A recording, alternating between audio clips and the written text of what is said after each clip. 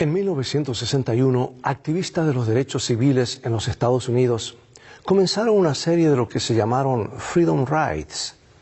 Los activistas viajaron en autobuses interestatales hacia los estados segregados del sur de los Estados Unidos y luego trataron de usar los baños, las salas de espera, los comedores o las fuentes de agua en las terminales de autobuses segregados. Y entre los amantes de la libertad se encontraba un estudiante afroamericano de 21 años de un seminario llamado John Lewis. Cuando intentó ingresar a la zona de espera segregada de una estación de autobuses en Carolina del Sur, fue golpeado severamente por Elwyn Wilson, quien tenía fuertes creencias sobre los de origen étnico distinto al suyo. 48 años más tarde, MSNBC dio la noticia de que Wilson, arrepentido, se había disculpado por su odio y racismo durante tanto tiempo. John Lewis, ahora un senador, aceptó voluntariamente la disculpa de Wilson y le ofreció su perdón. Señaló además que el cambio de corazón de Wilson mostró un verdadero poder del amor y la gracia. Y Wilson, por su parte, creía que necesitaba hacer algo más que simplemente reconciliarse con el hombre que había herido. Prometiendo su vida a una nueva causa, se convirtió en un activista por la paz y por la igualdad, hablando en contra del fanatismo y la intolerancia que aún existen en la sociedad. Las actitudes que elegimos adoptar pueden resultar en la destrucción de las relaciones o la curación de las relaciones. La gracia y el perdón son esenciales para la curación de las relaciones y la unidad en la iglesia. Sin embargo, abrazar estas actitudes no garantiza que otras personas respondan como esperamos. La curación y la transformación de las relaciones son fundamentales en el mensaje evangélico y son cruciales para nuestra unidad en Cristo. Ve por tu Biblia y mantente en sintonía.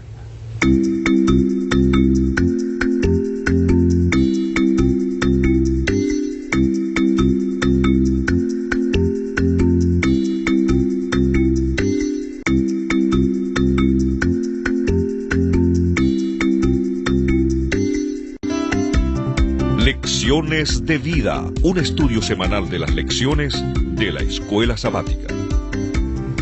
Comencemos con este texto bíblico, Romanos 5:10.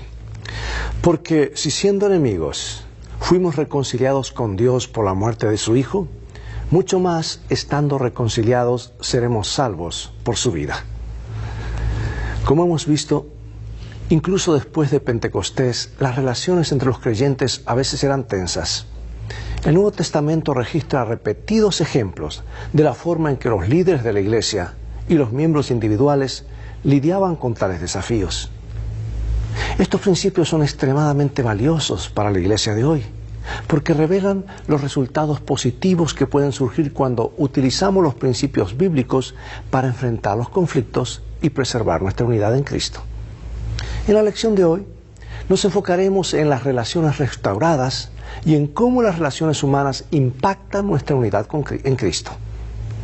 El ministerio del Espíritu Santo implica acercar a las personas a Dios y a los demás. Incluye derribar las barreras en nuestra relación con Dios y derribar las barreras en nuestras relaciones con los demás. En resumen, la mayor demostración del poder del Evangelio no es necesariamente lo que dice la Iglesia, sino cómo vive la Iglesia. Jesús dijo: en esto conocerán todos que sois mis discípulas, si tuvieses amor los unos con los otros. Sin este amor, todo lo que hablemos sobre la unidad de la Iglesia quedará en la nada.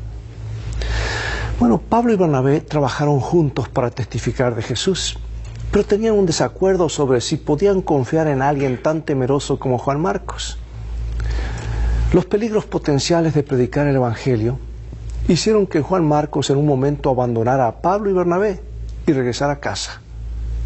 Comenta mi autora favorita y dice lo siguiente: esta deserción indujo a juzgar desfavorablemente y aún severamente por un tiempo a Marcos. Bernabé, por otro lado, se inclinaba a excusarlo por causa de su inexperiencia. Anhelaba que Marcos no abandonase el ministerio, porque veía en él cualidades que le habilitarían para ser un obrero útil para Cristo. En años ulteriores, su solicitud por Marcos fue ricamente recompensada, porque el joven se entregó sin reservas al Señor y a la obra de predicar el mensaje evangélico en los campos difíciles. Y bajo la bendición de Dios y la sabia enseñanza de Bernabé, se transformó en un valioso obrero. Aunque Dios usó a todos estos hombres, los problemas entre ellos necesitaban resolución. El apóstol que predicó la gracia necesitaba extender la gracia a un joven predicador que lo había decepcionado. El apóstol del perdón necesitaba perdonar. Y Juan Marcos creció en la tutoría afirmativa de Bernabé. Y finalmente, el corazón de Pablo aparentemente se conmovió por los cambios. Y en las cartas de Pablo a Timoteo y a la iglesia de Colosas se revela una relación renovada con Juan Marcos y una nueva confianza en este joven predicador. Veamos Colosenses, capítulo 4, versículos 10 y 11. Nos dice así: Aristarco, mi compañero de prisiones, os saluda, y Marcos, el sobrino de Bernabé, acerca del cual habéis recibido mandamientos. Si fuera vosotros, recibidle. Y Jesús, llamado Justo, que son los únicos de la circuncisión que me ayudan en el reino de Dios y han sido para mi consuelo. 2 Timoteo 4:11. Solo Lucas está conmigo. Toma a Marcos y tráele contigo porque me es útil para el ministerio. Bueno, aunque los detalles de la reconciliación de Pablo con Juan Marcos pueden ser incompletos, el registro bíblico es claro. Juan Marcos se convirtió en uno de los compañeros de confianza del apóstol. Y Pablo recomendó a Juan Marcos como un compañero de trabajo a la iglesia de Colosas. Y al final de la vida de Pablo, animó encarecidamente a Timoteo a llevar a Juan Marcos con él a Roma, porque dice, me era útil para mí, para el ministerio. El ministerio de Pablo fue enriquecido por el joven predicador, a quien obviamente había perdonado. Y aquí quiero hacer una pausa, porque el perdón logra muchas cosas. ¿Cuántas veces, como dije en otra lección, colocamos a la persona y al problema en el mismo paquete y como no nos sirve lo que la persona dice o piensa, enseguida lo echamos, por decir así, por la borda, ya no nos sirve? Requiere mucha madurez cristiana discutir ideas, conceptos, sin mezclarlo con lo más precioso que Dios tiene en la tierra, esa persona, ese individuo. Es muy común en el mundo hispano tomar el mismo paquete y hacerlos a un lado porque no me sirve, o tal vez me estorba, o tal vez es una competencia para mí. Lo bueno es discutir ideas. Hasta el apóstol falló en esto. Tuvo preconceptos y prejuicios de que tal vez el muchacho no servía porque falló una vez, pero Dios siempre nos da nuevas oportunidades. ¿Qué sería si el Señor nos echase a un lado cuando cometemos un error? ¿Y cuántos cometemos por día? Jesús contó claramente de que debemos perdonar 70 veces 7, si es necesario, sea infinitamente, como Él nos perdona a nosotros. Y contó varias parábolas al respecto. Dios nos ayude a ver en cada persona un ciudadano del reino de los cielos y ser tolerantes, amables, bondadosos, aún con los que se equivocan y aún tal vez con los que hablan mal de nosotros por detrás. Y ahora resulta que la barrera entre ellos había sido quebrantada. Y ahora pudieron trabajar juntos en la causa del Evangelio. Cualesquiera que fueran los problemas entre ellos, y por muy justificado que Pablo creyera estar con respecto a su actitud anterior hacia Juan Marcos, ahora todo había quedado atrás y eso es lo interesante, un nuevo capítulo. Por eso surge la pregunta, ¿cómo podemos aprender a perdonar a quienes nos han herido o decepcionado? Al mismo tiempo, ¿por qué el perdón no siempre incluye una restauración completa de una relación previa? Mientras estaba encarcelado en Roma, Pablo se encontró con un esclavo fugitivo llamado Onésimo, que había huido de Colosas a Roma. Y Pablo se dio cuenta de que él personalmente conocía al maestro de Onésimo, porque la epístola a Filemón es el llamado personal de Pablo a su amigo con respecto a una relación restaurada con el esclavo fugitivo. Las relaciones le importaban a Pablo. El apóstol sabía que las relaciones rotas son perjudiciales para el crecimiento espiritual y la unidad de la iglesia. Filemón era un líder de la iglesia en Colosas. Si albergara amargura hacia Onésimo, esta ensombrecería su testimonio cristiano y el testimonio de la iglesia ante la comunidad no creyente. Por eso la pregunta, ¿qué principios importantes sobre las relaciones restauradas podemos encontrar en la palabra de Dios y especialmente en estos versículos? Mira lo que dice Filemón, un libro muy cortito, y voy a leer varios versículos. En realidad es un solo capítulo, del 1 al 25. Dice: Pablo, prisionero de Jesucristo y el hermano Timoteo, al amado Filemón, colaborador nuestro, y a la amada hermana Apia, y a Arquipo, nuestro compañero de milicia, y a la iglesia que está en tu casa. Gracia y paz a vosotros, de Dios nuestro Padre y del Señor Jesucristo. Doy gracias a mi Dios, haciendo siempre memoria de ti en mis oraciones, porque oigo del amor y de la fe que tienes hacia el Señor Jesús, y para con todos los santos, para que la participación de tu fe sea eficaz en el conocimiento de todo el bien que está en vosotros por Cristo Jesús.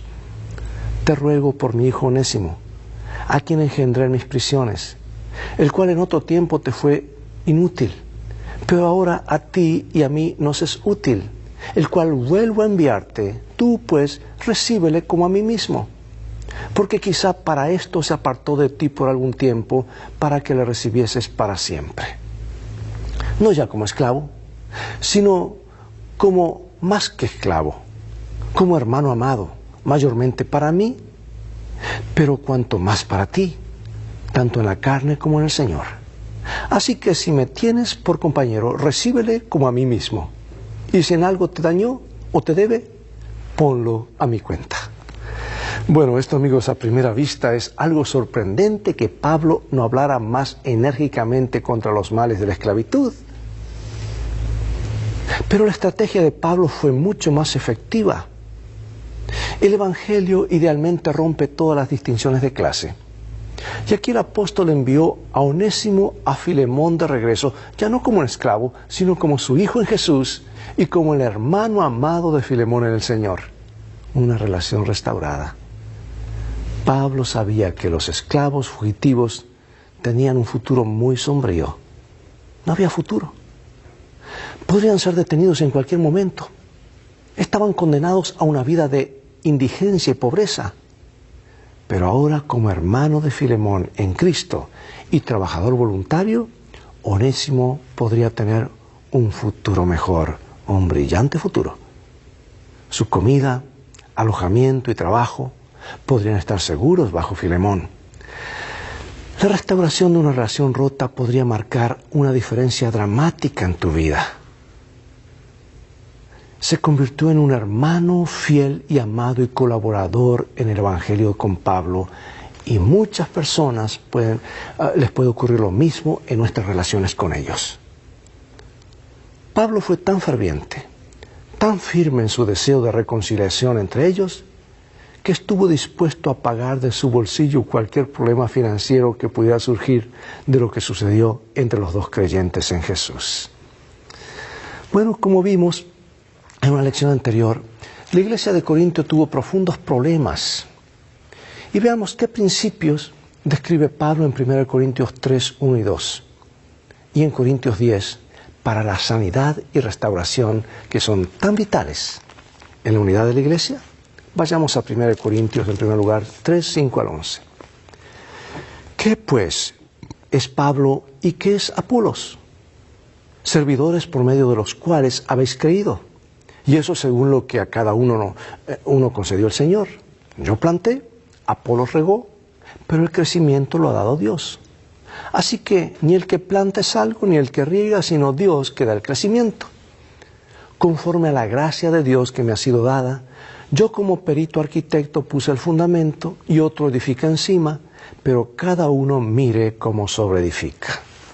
1 Corintios 12, 1 al 11. No quiero, hermanos, que ignoréis acerca de los dones espirituales. Ahora bien, hay diversidad de dones, pero el Espíritu es el mismo. Y hay diversidad de ministerios, pero el Señor es el mismo. Y hay diversidad de operaciones, porque a este es dada por el Espíritu palabra de sabiduría, a otro palabra de ciencia según el mismo Espíritu, a otro fe por el mismo Espíritu, y a otro dones de sanidades por el mismo Espíritu. A otro el hacer milagros, a otro profecía, a otro discernimiento de espíritus, a otro diversos géneros de lenguas, y a otro interpretación de lenguas. Pero todas estas cosas las hace uno y el mismo Espíritu, repartiendo a cada uno en particular como Él quiere. Bueno, en estos pasajes, el apóstol describe principios críticos para la unidad de la iglesia. Él señala que Jesús usa diferentes obreros para llevar a cabo diferentes ministerios en su iglesia, aunque cada uno de ellos trabaja unido para edificar el reino de Dios. Dios nos llama a la cooperación, no a la competencia. Repito este concepto. Dios nos llama a la cooperación, no a la competencia. Profundo, ¿verdad? Fácil decirlo, difícil aplicarlo, porque surge de nuestra naturaleza siempre a veces competir, estar por encima, porque criticamos la mayor parte de las veces, porque en nuestra debilidad, en nuestra pequeñez, queremos que la otra persona esté inferior a nosotros y nos sentimos bien hablando mal de los demás, porque eso nos hace sentir a nosotros como, oh, yo no hago eso. Pero alguien dijo una vez, apagando la vela de los demás, no haces que la tuya brille más. Absolutamente no. Cada creyente, hermano y amigo, es dotado por Dios para cooperar en ministrar al cuerpo de Cristo y servir a la comunidad. No hay regalos mayores o menores, todos son necesarios en la iglesia de Cristo. Por eso quiero hacer una pausa aquí y decir, tú como miembro, aunque digas yo no tengo talento, tú eres extremadamente importante, eres un ladrillo en la pared, en el edificio del Señor. Y si el Señor te llamó es porque Él vio en ti a alguien que puede utilizar de una forma poderosa en este tiempo final. Es cierto que nadie es indispensable, pero si Dios llama, Él habilita y lo hace con un propósito. Cada uno es importante en el reino de Dios. Es por eso que nosotros como pastores y como líderes debemos tratar a todos con igualdad, sabiendo que el Señor dio un don aquí, ese don es importante. Si dio otros 5 o 6 dones, o otros más talentos, todos son importantes porque todos tienen parte que cumplir en la edificación del cuerpo de Cristo. Somos el cuerpo de Cristo. O sea que nuestros dones dados por Dios no son para exhibición egoísta. Y el Espíritu Santo los da para el servicio en la difusión del Evangelio. Bueno, todas las comparaciones con otros son imprudentes, ¿sabes? Porque nos harán sentir desanimados o arrogantes, para un lado o para otro. Si pensamos que los demás son muy superiores a nosotros, nos sentiremos abatidos cuando nos comparemos con ellos y nos desanimaremos fácilmente en cualquier ministerio en el que estemos. Pero lo opuesto es también cierto. Si pensamos que nuestras labores para Cristo son más efectivas de lo que es el trabajo de otros, entonces nos sentiremos orgullosos, que es el último sentimiento que cualquier cristiano debería albergar. Ambas actitudes paralizan nuestra efectividad para Cristo y la comunión que tenemos entre nosotros. Y aquí quiero decir algo, hermano y hermana. Cuando usemos la boca, usemos el correo o los textos, que sea para edificar. ¿A cuántos de ustedes les gusta que se hable mal de usted? A nadie, ¿verdad? Entonces hagamos eso con los demás. Estamos, como dicen en inglés, we are in the business to build relationship. Estamos en el negocio, en la tarea de crear puentes y crear relaciones. No en crear abismos ni cismas. Porque al trabajar dentro de la esfera de influencia que Cristo nos ha dado, y cuando lo hacemos con alegría, reconociendo a los demás, encontraremos alegría y satisfacción en nuestro testimonio de Cristo. Nuestras labores complementarán los esfuerzos de otros miembros y la Iglesia de Cristo hará grandes progresos para el reino. ¿Puedes pensar en alguien cuyos dones en el ministerio te hayan puesto celoso? No es demasiado difícil pensar en eso, ¿verdad? Y al mismo tiempo, ¿con qué frecuencia te has sentido orgulloso de tus dones en contraste con los de los demás? Independientemente del lado en que caigamos, ¿Cómo podemos aprender las actitudes desinteresadas que son necesarias para mantener nuestra unidad con Cristo? ¿Qué es el perdón? ¿Justifica el perdón el comportamiento de alguien que nos ha hecho un daño horrible? ¿Mi perdón depende del arrepentimiento del ofensor? ¿Qué pasa si el que está enojado no merece mi perdón? Veamos estos pasajes que nos ayudan a comprender la naturaleza bíblica del perdón, porque estamos tocando un tema muy personal que nos afecta a cada uno. Romanos 5, del 8 al 11. Dice así: Mas Dios muestra su amor para con nosotros en que, siendo aún pecadores, Cristo murió por nosotros. Pero mucho más, estando ya justificados en su sangre, por Él seremos salvos de la ira. Porque si siendo enemigos fuimos reconciliados con Dios por la muerte de su Hijo, mucho más, estando reconciliados, seremos salvos por su vida. Y no solo esto, sino que también nos gloriamos en Dios por el Señor nuestro Jesucristo, por quien hemos recibido ahora la reconciliación. Efesios 4:26. Airaos, pero no pequéis, no se ponga el sol sobre vuestro enojo. Bueno, Cristo tomó la iniciativa de reconciliarnos con Él. En Cristo fuimos reconciliados con Dios mientras aún éramos pecadores. Y nuestro arrepentimiento y confesión no crean reconciliación, pero la muerte de Cristo en la cruz sí. Nuestra parte es aceptar lo que se hizo por nosotros. Es verdad que no podemos recibir las bendiciones del perdón hasta que confesemos nuestros pecados.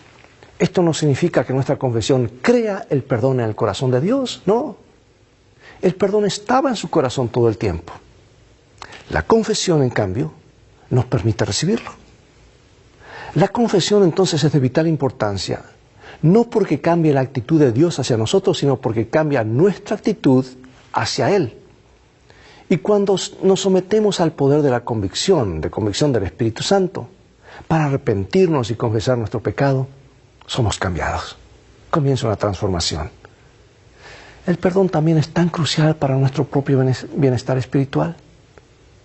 El hecho de no haber perdonado a alguien que nos ha hecho mal, incluso si no merecen el perdón, puede dañarnos más de lo que les duele a ellos. Si una persona te ha hecho daño y el dolor se inflama en tu interior porque no puedes perdonar, ¿sabes lo que estás haciendo? Estás permitiéndoles a ellos lastimarte aún más. Tienes que dejar ir eso. Tienes que aprender a perdonar. Yo tengo que aprender a perdonar, aunque nos cueste. Y con frecuencia, tales sentimientos y el dolor son la causa de las divisiones, tensiones, apostasías en la iglesia. El daño no resuelto entre los miembros de la iglesia daña la unidad del cuerpo de Cristo. Y aquí pongo un ejemplo. ¿Qué ocurriría si tienes una herida y no le pones desinfectante, un antibiótico? O tienes esa enfermedad o ese cáncer y lo dejas que siga creciendo. Hay que buscar un remedio, una curación, una sanidad, a veces una cirugía, curar la herida. Si no, la cosa se vuelve peor. Puede haber una amputación, puede haber la pérdida de un miembro o de un órgano. El perdón está liberando a otro de nuestra condena porque Cristo nos ha liberado de su condenación. No justifica el comportamiento de otros hacia nosotros. Podemos reconciliarnos con alguien que nos ha agraviado porque Cristo nos reconcilió consigo mismo cuando lo perjudicamos. Podemos perdonar porque estamos perdonados. Podemos amar porque somos amados. ¿Sabes tú que el perdón, al igual que el amor, es una elección? Podemos elegir perdonar a pesar de las acciones o actitudes de otra persona. Y este es el verdadero espíritu de Jesús. Ahora pregunto, ¿cómo puede enfocarnos en el perdón que tenemos en Cristo? Enfocarnos en eso, ayudarnos a aprender a perdonar a los demás. ¿Por qué este perdón es un aspecto tan esencial de nuestra experiencia cristiana? Veamos ahora la restauración y la unidad. ¿Qué 3 pasos nos da Jesús para ayudarnos a resolver conflictos cuando otro miembro de la iglesia nos hace daño? ¿Cómo debemos aplicar estas palabras en nuestras situaciones contemporáneas? Vamos al Evangelio de Mateo 18, versículos 15 al 17. Dice, ¿por qué? Por tanto, si tu hermano peca contra ti. Ve y repréndele estando tú y él solos. Si te oyere, has ganado a tu hermano. Mas si no te oyere, toma contigo a otros dos, a uno o dos, para que en boca de 2 o 3 testigos contes toda palabra. Si no los oyere a ellos, dilo a la iglesia, y si no oyere a la iglesia, tenle por gentil y publicano. Bueno, el deseo de Jesús es dar el consejo de Mateo 18. Al darlo, es mantener el conflicto interpersonal dentro de la iglesia de un grupo lo más pequeño posible. No hacerlo público ni confesar los pecados de los demás. Su intención es que las 2 personas involucradas resuelvan el problema entre ellos mismos. Es por eso que Jesús declara, si tu hermano peca contra ti, ve y cuéntale, habla con él y tú solos, arreglan las cosas. Y a medida que aumenta el número de personas involucradas en un conflicto entre 2 individuos, se puede crear más contención y más puede afectar el compañerismo de otros creyentes. Porque la gente toma partido y se dibujan líneas de batalla. Pero cuando los cristianos intentan resolver sus diferencias en privado y en el espíritu del amor cristiano y la comprensión mutua, se crea un clima de reconciliación, un clima saludable. Y la iglesia es el lugar más saludable de este planeta, donde hay perdón, reconciliación, porque estamos conectados con Jesús. La atmósfera es correcta para que el Espíritu Santo ahora trabaje con ellos mientras se esfuerzan por resolver sus diferencias. En ocasiones las apelaciones personales para la resolución de conflictos son ineficaces y en esos casos Jesús nos invita a llevar 1 o 2 más con nosotros. Este segundo paso en el proceso de reconciliación siempre debe seguir al primer paso. El objetivo es unir a las personas, no separarlas más. ¿Captas? Los 1 o 2 que se unen a la parte ofendida no vienen a probar su punto ni a unirse para culpar al otro individuo. Vienen con amor y compasión cristianos como consejeros y compañeros de oración para participar en el proceso de reunir a 2 personas separadas. Oh, Dios nos ayude a reflejar el Espíritu de Cristo en esto y que la iglesia sea un reflejo de cómo actúa Dios en el cielo, con su familia, con el universo, perdonando, sanando y restaurando. Oremos. Padre Celestial, gracias por tu perdón, reconciliación a través de Jesús y por tu gracia que nos ofreces cada día. Queremos ser partícipes y compartirla con el mundo y reflejarla en el nombre de Jesús. Amén. Amigos, es todo el tiempo que tenemos por hoy. Ha llegado el momento de despedirnos. Será hasta un próximo programa de Lecciones de Vida. Invita a otros a que sintonicen este canal y transfórmate en un canal de bendiciones. Dios te bendiga y te guarde y recuerda, tú vales mucho para Jesús. Él te ama más de lo que puedes imaginar.